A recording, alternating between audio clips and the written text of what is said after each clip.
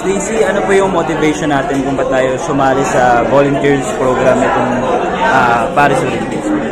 My motivation ko talaga is I want to inspire more PWDs and kasi alam niyo, pero right now naman may mga PWDs na very empowered, or I know talaga na may mga other PWDs na parang nahihiya pa sa sarili nila, ganun. So I know na when I'll be there in Paris, I know it would impact more PWDs talaga na ma-realize nila na we can do more, na yeah, we are PWDs, pero kaya namin mag-serve, kaya namin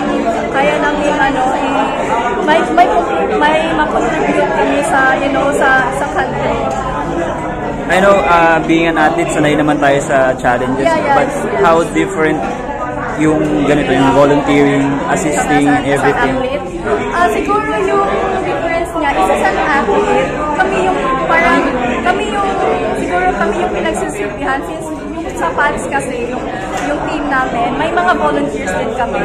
So parang kami yung inaano nila yung welfare namin, parang gano'n. Pero ngayon, as a volunteer, kami naman yung magsiserve sa kanila. Parang feeling ko ganyan yung difference niya. Tapos, siguro yung lang is much more work talaga ngayon as a volunteer. Pero much more work, pero hindi siya pressure. Kasi yung as an athlete, parang pressure ka during the event parang, oh my God, dapat manalo kami, dapat focus. Pero yung sa lang, yung sa volunteering side, parang at least lang na, parang more physical work siya and parang ganun.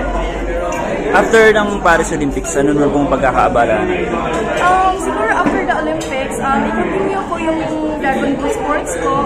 Kasi sa PADS din naman, marami din talaga kami event. Like kung hindi lang sana ako mag-volunteer, nasa Cebu ako na at nag-prepare para sa Italy namin na race. May race kasi yung PADS is September sa Italy. Kami yung mag-represent ng Philippines sa Paralympic nila sa Dragon Ball din. So yeah, feeling ko ganun din. Continue ko yung pagiging Dragon Ball athlete ko, and also maghanap ng work since I resigned from my job just for this opportunity. Ano po yung job na yun? I'm a data analyst.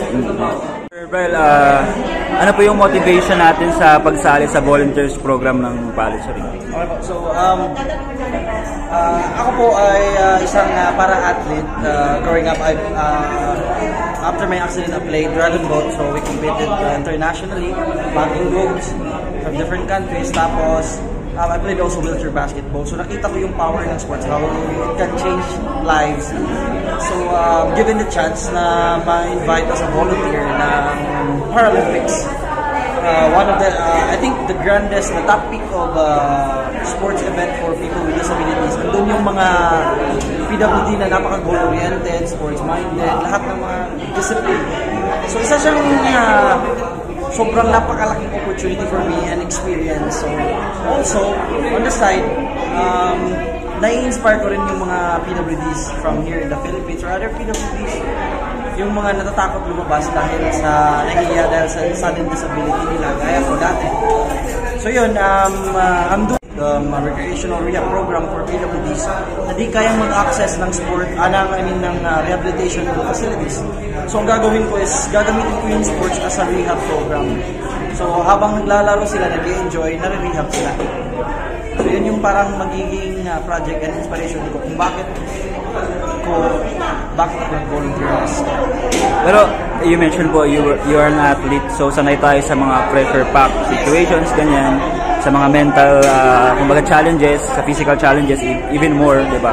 Pero how do you think volunteering sa Olympics, gaano po yung kaiba, yung challenge sa as I said, it's the grandest, it's the biggest. So when you say biggest, it means the pressure is on. So sobrang grabe yung pressure. So imagine if I can survive the pressure that big, how much more in future events here in the Philippines where I can contribute what I experienced from the Paralympics in Paris.